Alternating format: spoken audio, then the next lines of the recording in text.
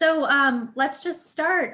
Again, I'm Morgan Ritter. I'm the project manager for this new public art purchase opportunity.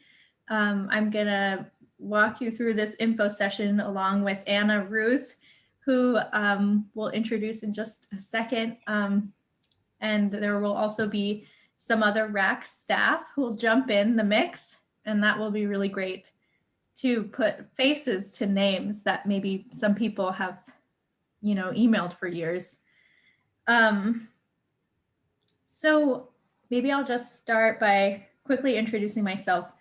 My title at RAC is the Public Art Exhibitions and Collections Coordinator. And that means I work with public art directly with artists and with artwork, caring for the artwork, organizing project management and new opportunities like this one, installing artwork and curating artwork within public space. And that's an amazing job. And I love doing that.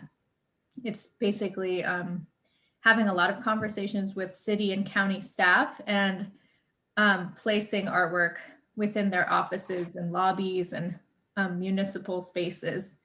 And also I'm an artist and a poet, so I have that perspective simultaneously. Anna, do you want to introduce yourself? Sure. My name is Anna, and I work with Regional Arts and Culture Council on the communications team. I do a lot of all of our social media and different content creation, writing, design, photo, storytelling sorts of things. So I maybe have interacted with some of you, but definitely not all of you. So it's really nice to be here and to be supporting the public art team in this event tonight. Thank you. Yeah, and I'll just touch on a few other staff that are here, unless Kristen, you want to introduce yourself. I know you have your video on. Yeah, I thought you wanted us all to have our video on, so we're at staff. Hopefully, the other folks on staff turn their videos on as well.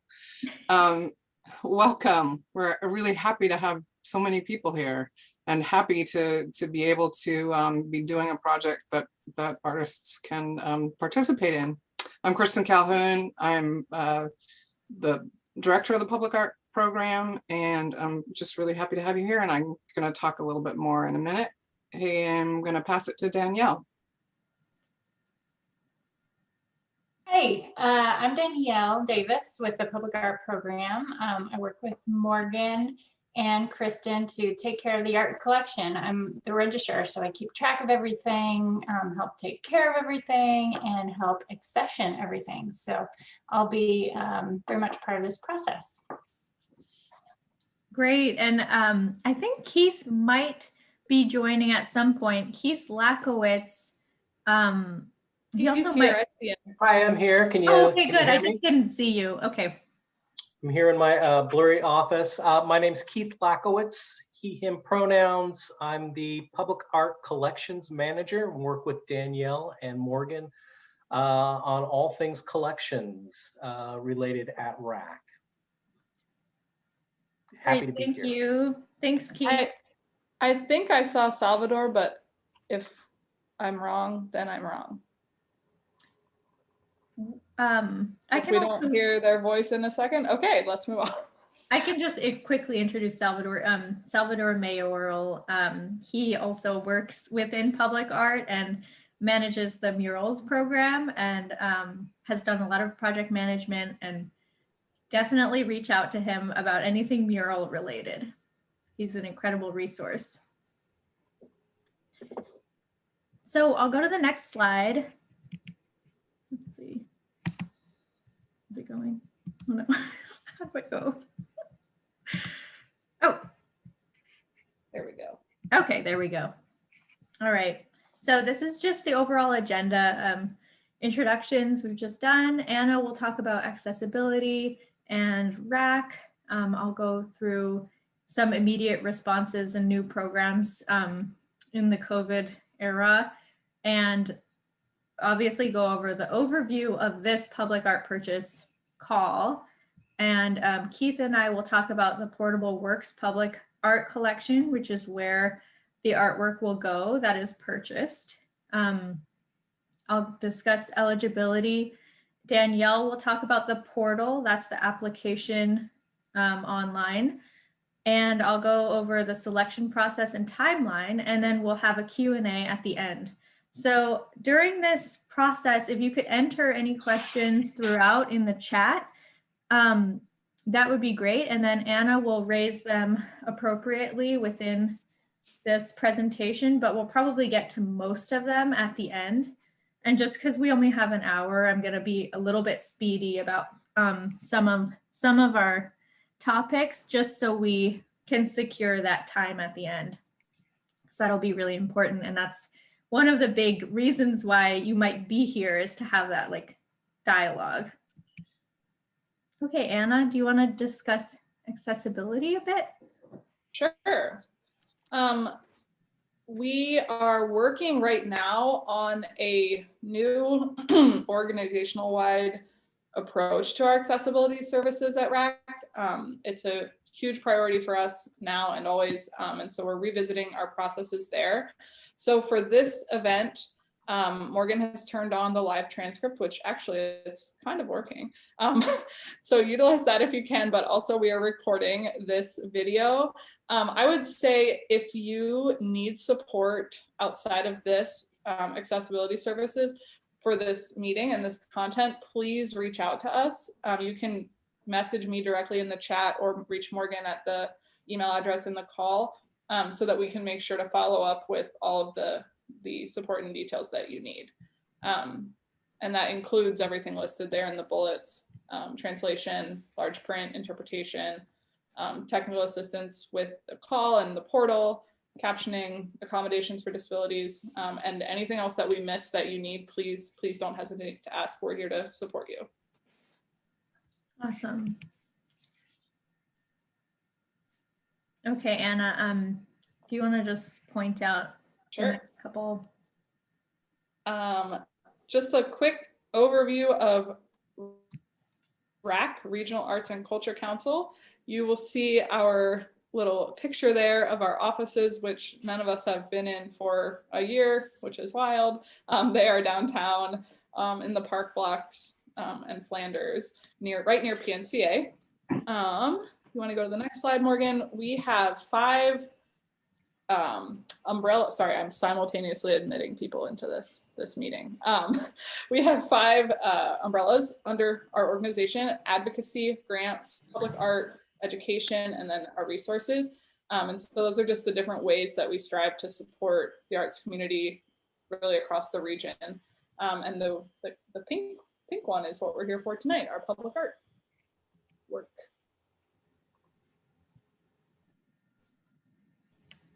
Just some quick, really high-level RAC stuff for you. RAC's mission is to enrich our communities through arts and culture.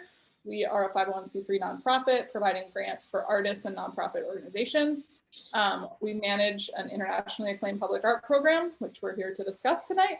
Convene forums, networking events, and other community gatherings, provide workshops and other forms of technical assistance, and support equity-based arts education. RAC advocates for equity, inclusion, and access, working to build a community in which everyone can participate in culture, creativity, and the arts. So it's very possible this is your first interaction with RAC tonight. If so, welcome, and we're really glad that you're here, and would love to follow up with you and hear what else we can work with you on. But yeah, we're here with our public art team, as I think is clear. And you can just see right there some more resources, our website, and then you can follow us on social media, both Instagram and Facebook, our Regional Arts. And I'll just note really quick before we move on that if you have missed anything or you're just arriving, please don't hesitate to message me directly in the chat and let me know what you need or what you missed, and I'll message you. Okay, I'll just briefly cover our grants department.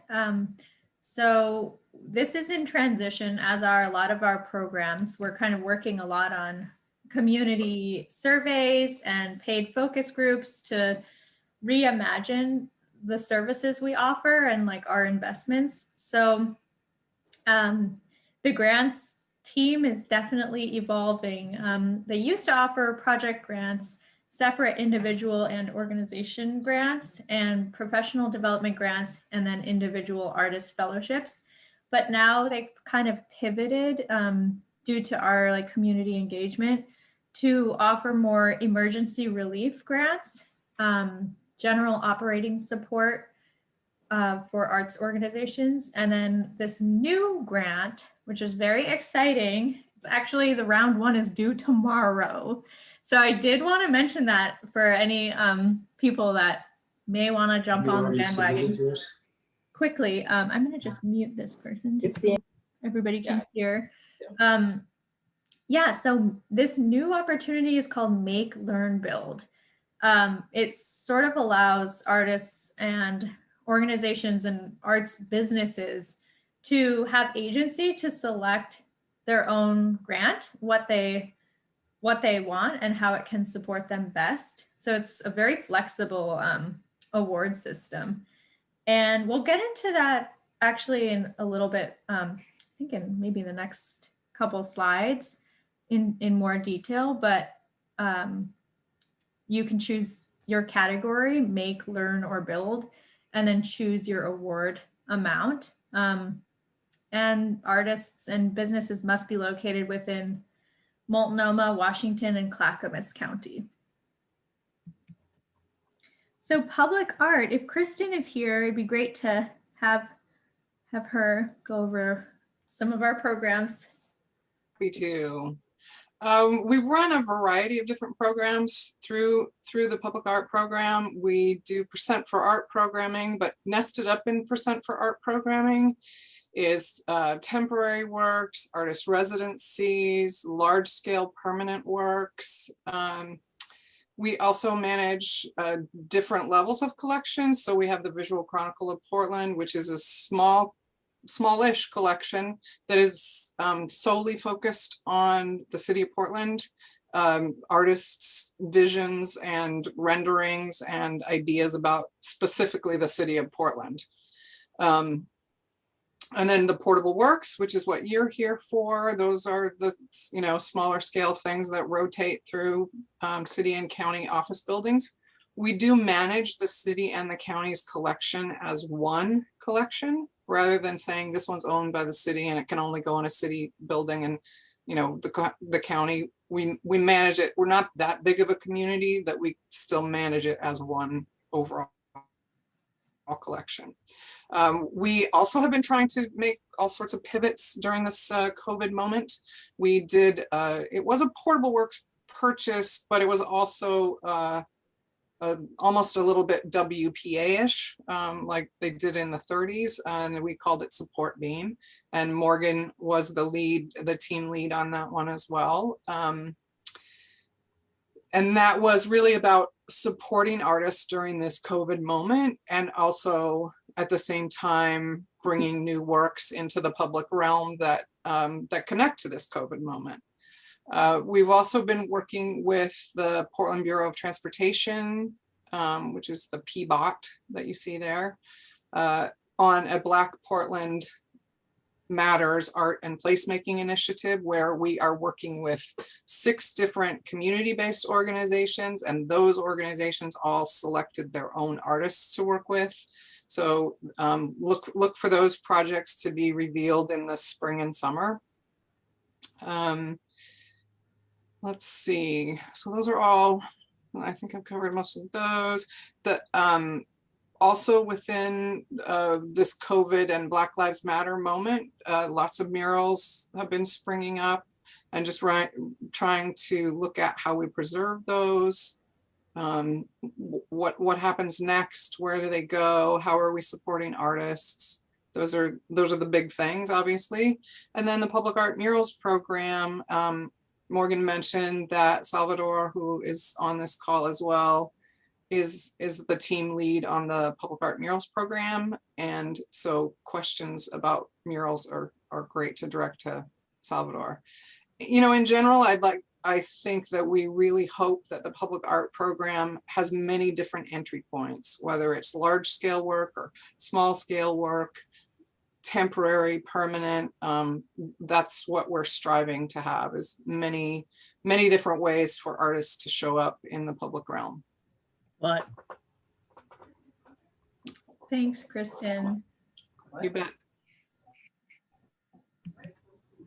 So I'm just going to move on to some of those immediate responses during the pandemic that I kind of touched on. And if everyone could mute, I think that would be best. So there's clarity. There's a lot of people here. Here, oh, you wait 1 second. Yeah. Okay, I think I muted. Okay, go ahead. So Support Beam, Kristen just mentioned, it was like the program that's kind of inspired by the WPA. It was intended to strengthen artists' livelihood and production of work over a period of 3 to 6 months. And then there would be one piece that would be acquired into the public art collection. And the awards were pretty significant. BIPOC artists were prioritized, and we had 2 cycles of that, and it was really great. I hope we can continue that one. Then the Visual Chronicle, Kristen also mentioned in the public art program slide. That is the Portland specific work. So works on paper that are conveying what makes Portland unique. So last year, it loosely related to representing the pandemic and COVID. There were amazing pieces like photographs of musicians playing on their front steps, and lots of work, lots of unique work too, not just photography. And yeah, 27 works were purchased last year. And again, BIPOC artists were prioritized in that opportunity as well. As I mentioned too, we've been doing a lot of community surveys and paid focus groups, transitioning our programs and trying to be more responsive and support artists, lower barriers, get more money out. That's all happening with a racial equity focus, and that work continues. So this is what I was mentioning earlier, Make, Learn, Build. Again, this is the grant. This is a new grant program. It's for artists and arts businesses to self-select what makes the most sense for support for them. So the Make would be like supporting the creation of artwork. The Learn would be more of that like professional development world. And the Build is more organizational or like business focused. And then people can select their funding level. Deadline tomorrow, as well as another round that is due May 19th. So yeah, if you can't apply tomorrow, then definitely try May 19th. And then earlier opportunities from last year were emergency fund for artists and arts workers. That was incredible. A lot of money went out, and I don't have that figure in my head right now. And then Capturing the Moment was also another program that supported artists in a very wide amount of media supported, digital works presented on social media, and some works added into the collection. I don't, again, have the figures of that, but we've been very active and continuing.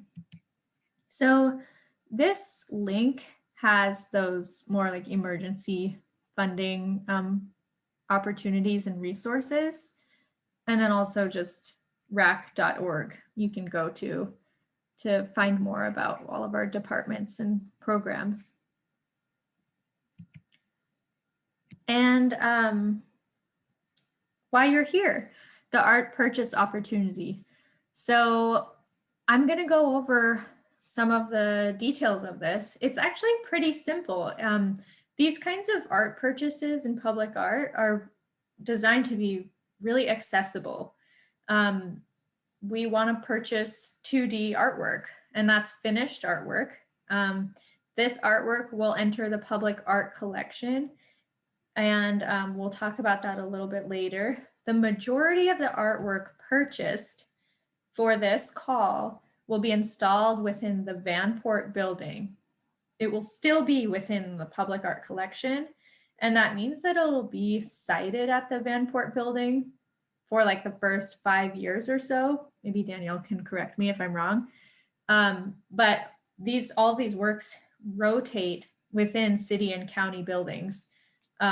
So it would have a very lively future.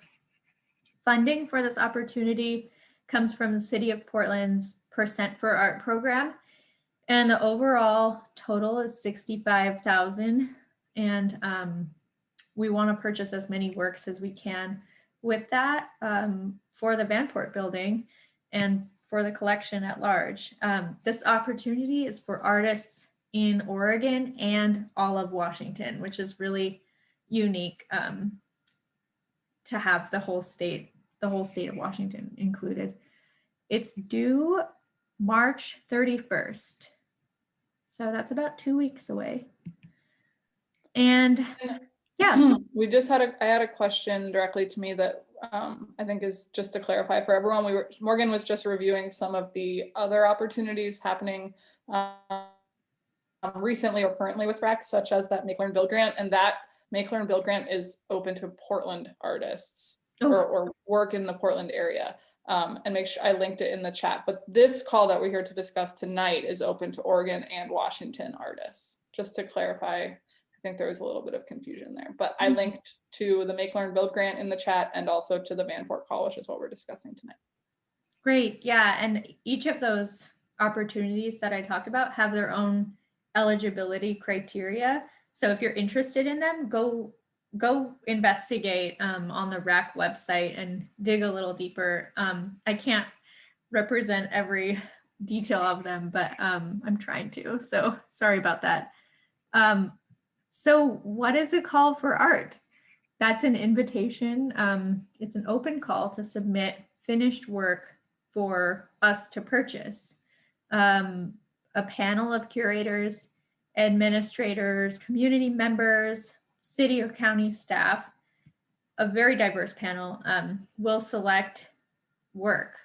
And through multiple rounds of scoring and virtual live discussion over Zoom and online. So if purchased, where will my art live? As I said, most of the work will be sited in the Vanport building. And this Vanport building is a new building down in Southwest Montgomery and Southwest 4th Avenue in Portland.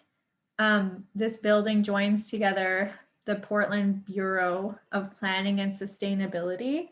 That's a City of Portland office. It'll join PSU, which is Portland State University's College of Education. It'll also join OHSU, Oregon Health and Science University, and PSU's School of Public Health, and PCC's dental programs. So that's a lot. Those are many different partners that are all coming together in this building. And that's why the key concepts are related to what these offices and educational programs do. So ecology, wellness, and connectivity. These are the loose concepts that we're looking for the artwork to relate to.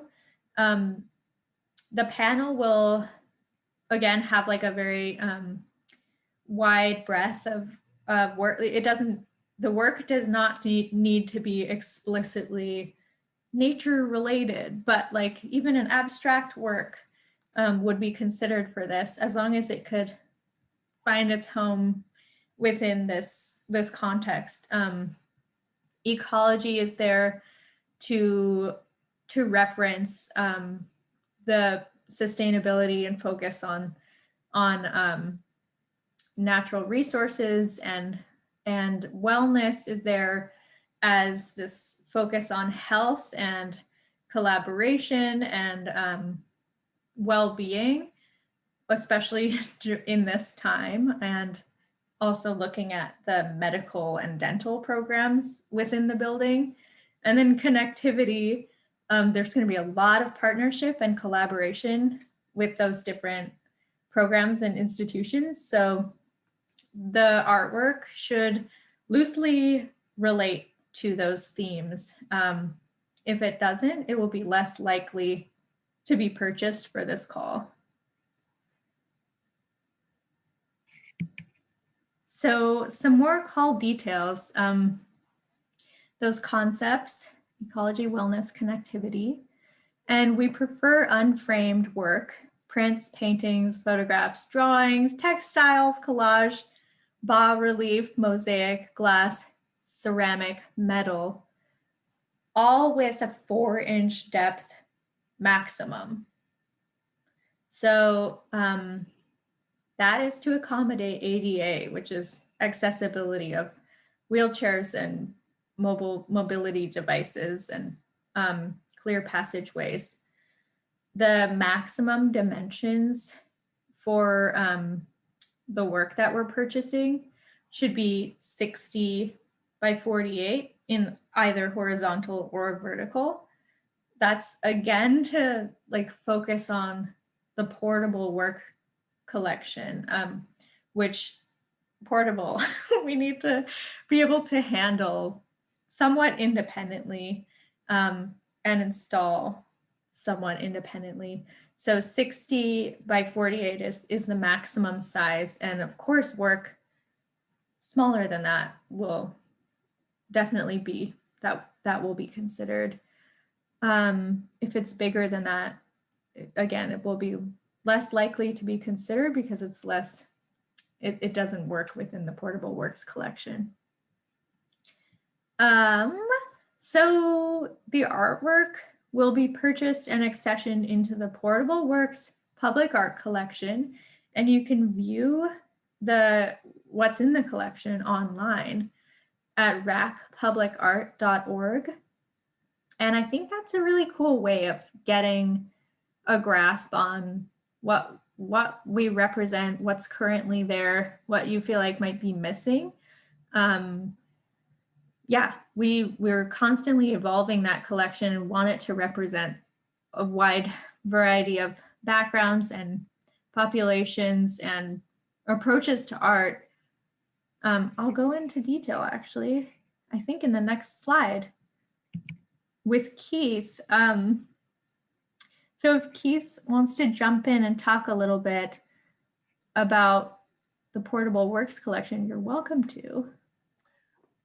Thanks, Morgan. I think our current collection size is about 1,800 objects, and they are displayed in 45 to 50 different buildings owned by the city and the county.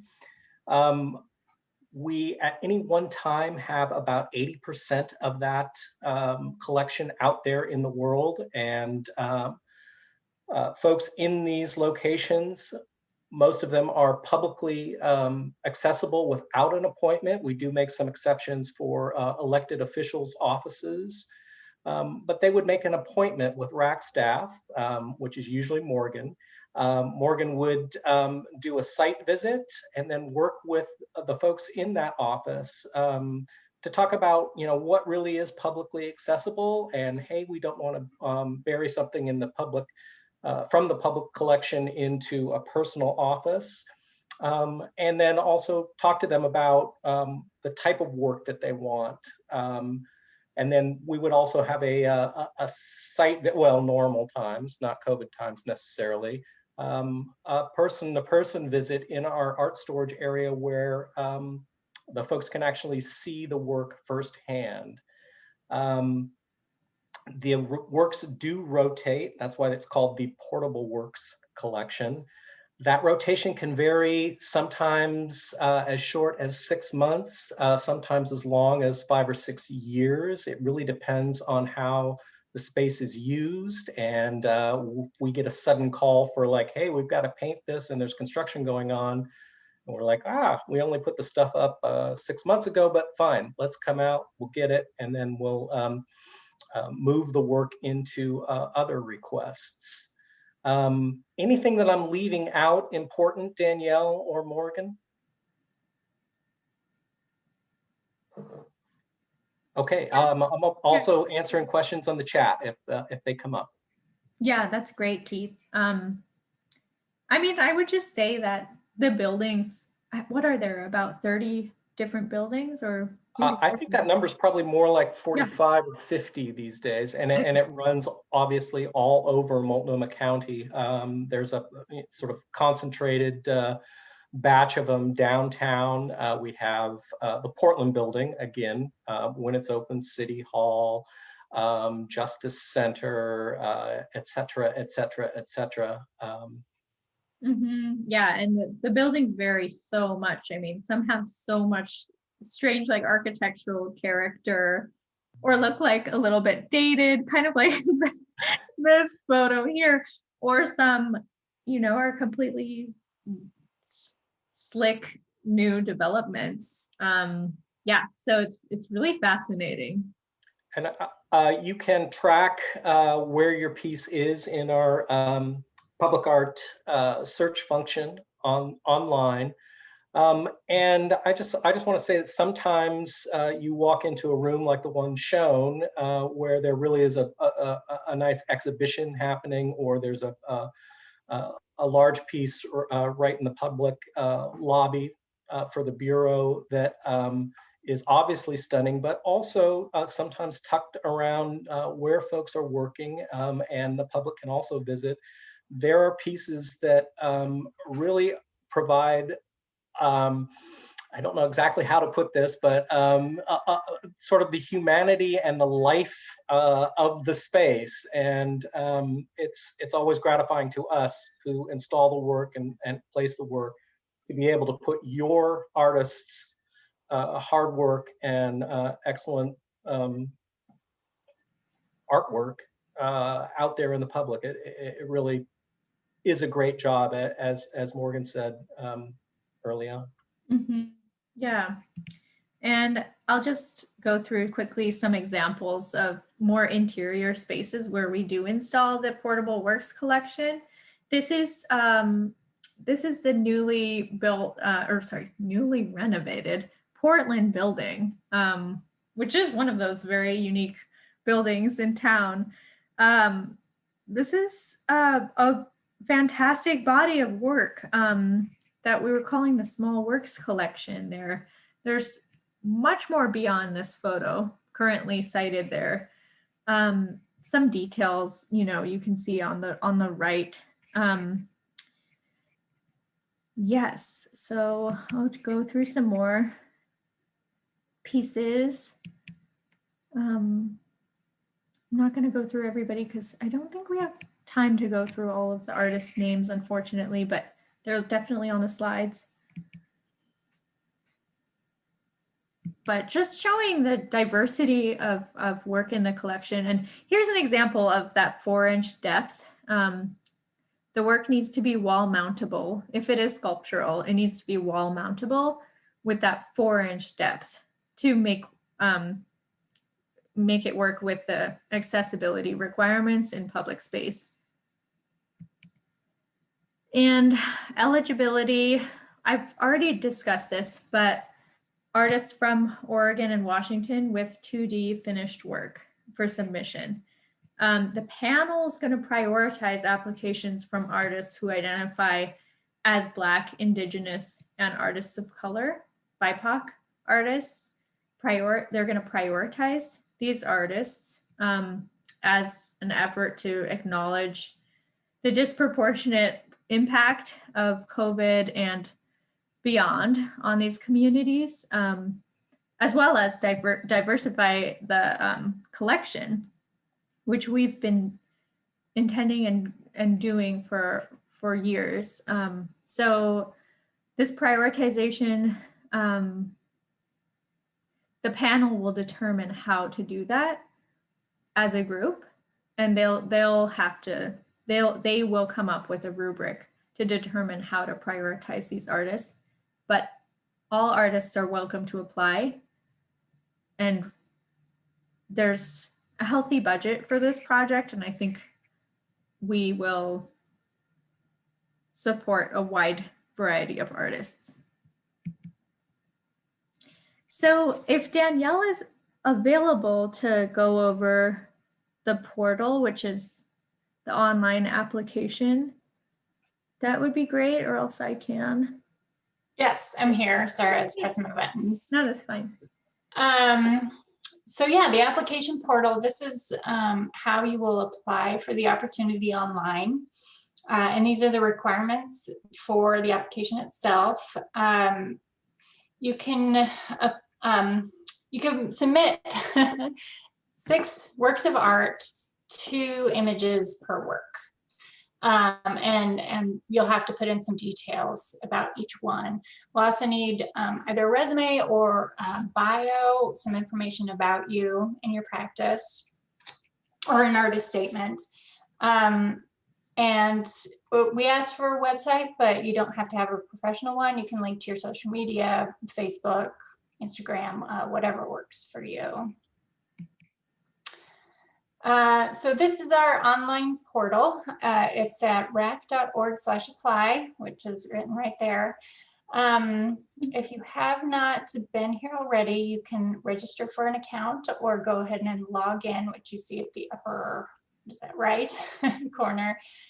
Once you log in, it will show you all the opportunities that you can apply for, or are qualified to apply for, I guess. Including the Make, Learn, Build. We'll probably show it for you as well. But you will see this opportunity, and it's just called Art Purchase Opportunity, Ecology, Wellness, and Connectivity. If you click on that little square, Morgan, do you want to take us to the next one? Oh, yeah. It'll take you to this screen, which is the application. So there's two tasks that you need to complete. You can see them on the bottom there. One is the demographic information form, and the other is the application, where you submit your artwork and put in your bio. Once you're done with those, you click that they're done, and you will have a chance to review your application before you do the final submission. You can also leave and come back at a later time to finish your application as well. It's pretty intuitive, but if you do end up having any questions, you can contact me or Morgan. I think our contact information is in the call. Yeah, so hopefully that will make sense. I'm gonna jump in really quick with Danielle's email in the chat. D. Davis, right? Just because there's someone asking about to the individual who asked about JPEGs and having trouble uploading in the portal. If you don't mind reaching out to Danielle right at that address that I just linked there, that would be the best way to get that problem addressed. Yeah, Danielle's expert. Or anything in that technical portal category, that's your golden ticket. Yeah, just shoot me an email, I'll help. Yeah. Awesome. I will move us forward. Yeah, so the deadline to apply for this art purchase opportunity is Wednesday, March 31st by 5 p.m. Definitely try to get it in sooner. That would be great. Safer for you. And again, research the collection. That's racpublicart.org. I think it's really exciting that it's finally available, like fully online. So yeah, have a good surf through that. Ask questions again. My email and Danielle's email will be at the end on a slide, but it's also on all of the call information, which is on the website, and maybe Anna even put it in the chat.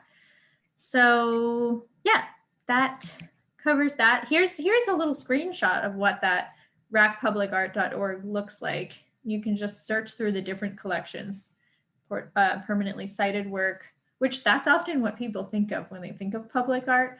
But we have all of this incredible 2D artwork. That's the Portable Works collection. Then there's murals and lots more. So have a look.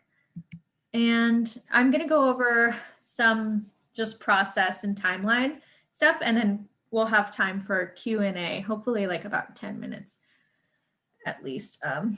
And whatever we can't cover, I should just say, we will for sure follow up on email us, and we will get back to you.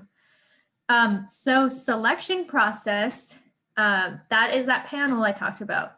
Panel of artists, administrators, community members, municipal staff, that's city and county staff members, curators, like an assortment of people with these different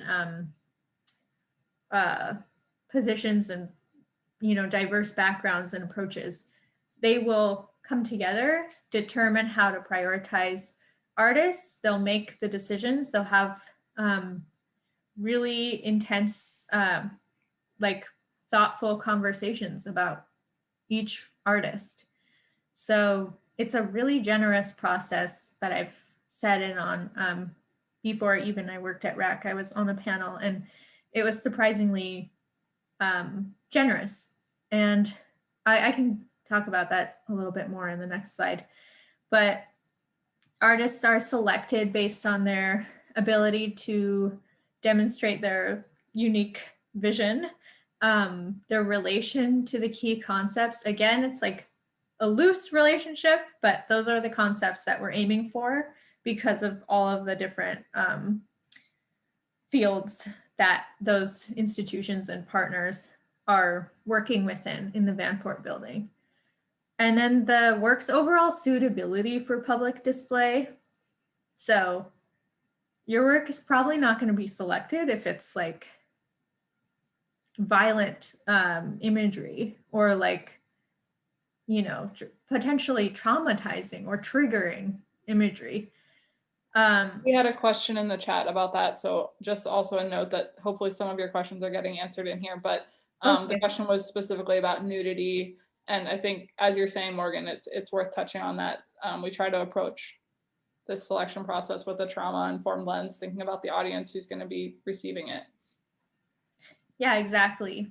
Yeah, because these are installed in public spaces, we are absolutely have to be and try to be mindful of any possible triggers to trauma, and, you know, try to have work that doesn't upset people. That's also to say that we definitely have more like challenging work in the collection, but it's just less likely to be placed publicly. So it's a bit of a complex area. Is there something else, Anna, that you wanted to mention? No, Okay. I'm just going to keep us on time. We have a lot of questions, so Okay. we have 10 minutes. Okay. Artist statement and images, breathe life. So the process and timeline, submit by the 31st. This is the process. Staff review for eligibility. Then review panels, read and score online independently. Then the panel meets on Zoom together and discusses in great detail. Late April 2021, artists will be notified if their work is selected or not. Then there will be a contract completed and the handoff of the art piece to us. And then payments will be processed and artists will complete a conservation form for Danielle to record all of its information. Reviews are online, so as best as you can, high quality images will do your work well. And we also understand that that's not accessible to everybody. So there's kind of both things at once. So we keep that in mind for sure. you can follow up on the call for details. Panel feedback is not always available if there's a ton of applicants and, you know, not that thorough of a conversation per artist. It gets more thorough when the work that passed that first phase of high scoring. Panelists will sign an agreement that acknowledges a conflict of interest. So if they have like a financial or personal relationship to any artists, they will refrain from scoring those artists. And then selections take into account our budget, panel rankings, and prioritization using the racial equity lens that we have at RAC. And then everybody is notified where they land. And so here's our emails. And actually, I think we can start the Q&A because I believe, yep, we're at the end of the slideshow. All right, thanks, Morgan. Yeah. For a lot of you, I think we did cover some of these questions in the presentation. And again, a lot of those things are also in the PDF that Morgan just went over. They're also in the PDF, so you can go ahead and check there. And Morgan's email is at the bottom there. So if you feel like there's something missing, you can always reach out. I think, Morgan, we have a lot of questions. What I'm gonna suggest is that if your question is specific to your work, so if it's about like my piece is made of this material and I have this question about its installation, or would it work, would this specific thing work? We would ask that you reach out. How do you feel about this, Morgan? If you email Morgan directly with the question about your specific work, I think that would be helpful in getting through some of these questions. And then I'm just gonna run us through as many of these popcorn as we can. If you're up for it, Morgan, the rest of them. I am up for it, and you know, RAC staff can jump in too. Yes. But yeah, we'll do our best. One of the most common questions I'm seeing is asking for advice on pricing. A range that we usually pay, what should folks price their work at? Is it relevant to make it clear that they're offering at a discount? Just lots of questions about cost. And you pinged me to answer that question. So Okay, Keith too, because I saw it a lot of times, but Keith made a good point. Maybe it's a good one to discuss here. yeah. Well, I think it's always a hard question. You know, you as the artist know what went into the work, how much time and energy and all those levels of things, you know, from your experiences out in the world when you see other people's work and how it's priced. So I think you have to kind of dig into your own space and experience on where your work might fit. You know, that said, when we have a project that is what do we have, $65,000, is that right, Morgan? If you're saying that your painting is worth 10,000, you know, the committee's gonna have to really, really love it to spend that amount of money on a single piece. So, you know, it's a challenging balancing act. And, you know, I do also think that you can reach out if you have a feeling of like, I'm thinking this range, but I'm kind of open to this or this. What, you know, how do you feel? That's always a hard one. I don't know, Keith, Morgan, do you have other things you want to add to that? Danielle, Salvador, anybody? One of the things that I always think of is if your work gets selected and you're like, oh, but I'm only getting XYZ amount, it's too low. It has to be worth it for you. At the same time, if you're saying, my work got selected, windfall profits, well, maybe a little too high. Keep in mind the people who are trying to make this selection, they are trying to make $65,000 go a ways, but they also are going to be looking for you know, quality pieces. So be fair to yourself, I guess, would be my best advice. Yeah, exactly. Yeah, and I think we should probably move on with that being said to the other questions. Sure. A lot of questions about how many pieces people can submit, and I think the PDF says 6. Is that 6. correct? 6 Okay. pieces maximum, and definitely don't need to submit all 6. You can submit 1 if you want, whatever you see. Mhm. A lot of questions about framing and why they should not be framed. Rack frame. And about, I'll also add, Mhm. can things be matted? Is there a difference between matting and framing? What if if frame is integral to the piece? I think you mentioned that, but. Yes. Actually, if the frame is integral to the piece, like conceptually or structurally, then submit it. You can also email me with a photo if you want to talk in detail about that. But we really prefer that pieces are not framed because we need all of the pieces to be framed in an archival way and also like a standardized way within the collection. And all frames have to be security mounted. But again, we're going to do like a standardized approach to framing and matting. So that is generally how we keep work, having a long life, being safe, secure, archival, protected, and having special hardware on the back. So Cool. that's what I can say. Keith, were you going to add something? Morgan, I would just add that when your work is selected, we ask you to provide us some paperwork about just the basic concept of the piece, but also about framing. Do you want it matted a certain way? Are there issues that we should consider as we're making some of those decisions? Someone also asked if it's already framed, does that make it less desirable? And I don't think so. I wouldn't worry about that too much. What if it is selected, what you might want to do is let us know, hey, do you want this frame? Because if you don't, I want it back. That's fine. Yeah, exactly.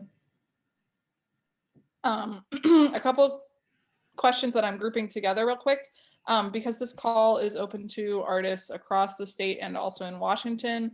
Is shipping and delivery accounted for in cost? And also, how soon does work need to be delivered if it is selected? Okay, those are great questions. I'm not sure I even have the answers right at this very moment. But maybe Keith and Kristen can talk about how that has been addressed in previous calls that have accepted work from far away land. I would say we have not necessarily covered the shipping. We have covered the shipping if there's some reason that the work is not accepted and we have to ship it back. But that's been pretty rare. And I think we're in this COVID moment, right? So how and when we have things delivered and bring things in is all going to be contingent on what is happening in that moment, like how safe are things. So that's why we're definitely squishier than we would normally be in the before times. On a question like that, we usually have a pretty solid plan on how we're going to bring it in. So maybe feel free to follow up and ask directly if you have a concern there or if you have a special need there. Yeah, sounds good. Okay, grouping some more. I know we just said that people can submit 6 pieces. There have been a couple questions around submitting collections of pieces. One question around a triptych that individually are, I think this person said 3 pieces, no larger than 36, total 72. Another person asked about submitting a full collection that all goes together. I don't know if you have a thoughtful, concise answer on those. Maybe I'm not grouping them well, but I'm trying. The triptych question is pretty easy. If it is obvious that this is an integrated single piece, it's perfectly fine. And as far as a collection, I think, again, maybe the 6 submission pieces could help guide that. But I think this person might be asking if a full collection, like if they all go together.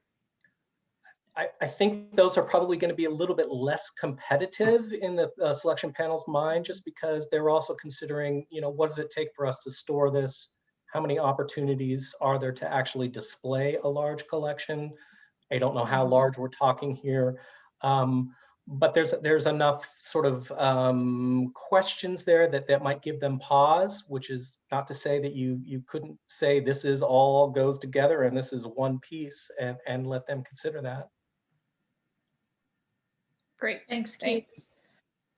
Maybe this is a quick one. Are City of Portland and Multnomah County employees eligible to apply? Maybe it's not a quick one. Or everyone's just muted. Well, in general, you can apply for, if you work for the city, you can apply for purchase in the county collection. And if you work for the county, you can apply for purchase in the city collection. But it is a little bit challenging. I'm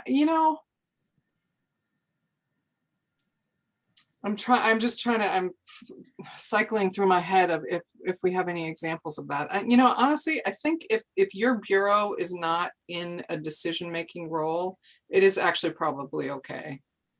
I would say so too, because I should also specify, I don't know if it was clear, but RAC is independent. RAC is funded by the city, receives funding by the city and county, but is independent of them. We're not a city or county organization. And also, if there are, like Kristen said, bureaus, or if there are people on the panel with a conflict of interest, they have to refrain from scoring your work if they know you, or have an advantage, if you have an advantage that way. Yeah, but like if we were purchasing work for the health department and you work for the health department, it probably wouldn't really work. Mm-hmm. But in this case, it's more of a general collection, so it's probably okay. Squishy answer. Thanks. Yeah. If you feel like we're giving a squishy answer, please follow up, because we probably are giving a squishy answer, not intentionally, just to keep moving. I think we still have 82 people in this call, so I might give you a couple more questions if you all have time. Yeah. If everyone leaves, I'll stop, but I would say another question I saw might be relevant to several folks: photography. My work is photography. Should I include options for different sizes of the same piece, or should I just submit and choose the size I think you might want? I would say that you should let us know what you think this work is going to be presented, how it's going to be presented best, at what size it's going to be presented best. And price it accordingly to what that size of print would cost. Sometimes the selection panel is like, oh, that's a bit oversized. Can we go back to the artist and request a smaller one or a bigger one? They'll take that into consideration. So price it the way you'd like to see it. Size it the way you'd like to see it. Cool. What about if you already have, this is another good one. What if you have a piece in the public collection already, or in any of our collections? Are you less likely, less eligible, more, you're not disqualified, correct? No, you're not disqualified. We've had opportunities in the past that are emerging artists, or if your work isn't in the collection, then it's we're more likely to support, but that's not the case with this call. So I would just encourage everybody to submit work, even if you do have work in the collection. It's the panel's job to determine that level. So I would just encourage artists to apply, and then we will consider that and make note. If you have 10 pieces in the collection, we'll make note of that, and that might make it less likely to be purchased. But it's, again, something that the panel will determine, and I would just encourage people to try. What about recent work, sorry, not recent work, recency of work. There were, I think, 2 questions about that. Does it need to have been created within a certain period of time? Okay. No, the work can be very old. It needs to be finished work, so it really doesn't. We don't have the need for very recent work. Okay, I think I see a question about what do we mean about artist statement, and I think, as Morgan said, that can be flexible, correct? Yeah, we talked about that in the Instagram live a little bit more, which also I can suggest people visit that too if you want a little bit more information.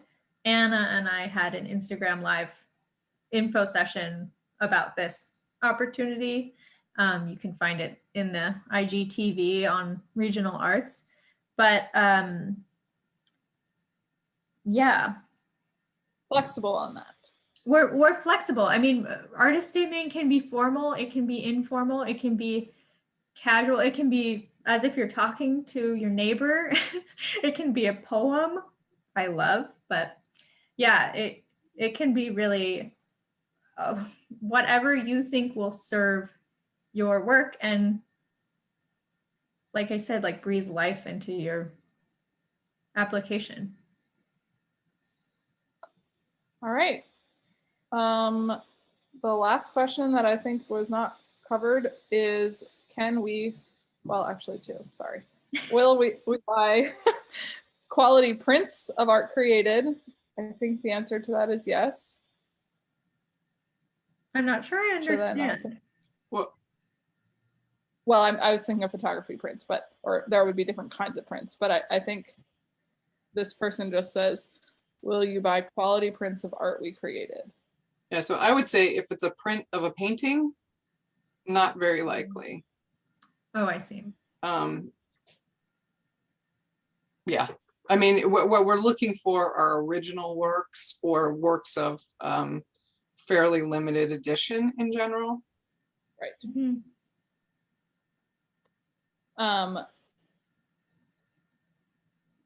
Sorry, I'm reading it to make sure I've gotten everything I think I have. Yeah, and I would just say, since there are so many people, definitely email us. Yeah. If your questions haven't been addressed or if you have questions outside of this info session. We're here and we will get back to you. I think that I've linked it a couple times, but there is the PDF in the chat of the details for this call. And again, if there's anything that you're not seeing there that you're wondering about still, please reach out to Morgan, whose email is in the chat a couple times and also in that PDF. Great. And on the RAC website, you can join our public art email list to get notifications of these kinds of opportunities. So definitely do that. And yeah, we have concluded our info session. So I just want to thank everybody so much. I'm really grateful for so much engagement and such a high number of guests. So thank you all. Good luck with your applications. Thanks, everyone. Thanks, everyone. Enjoy your night.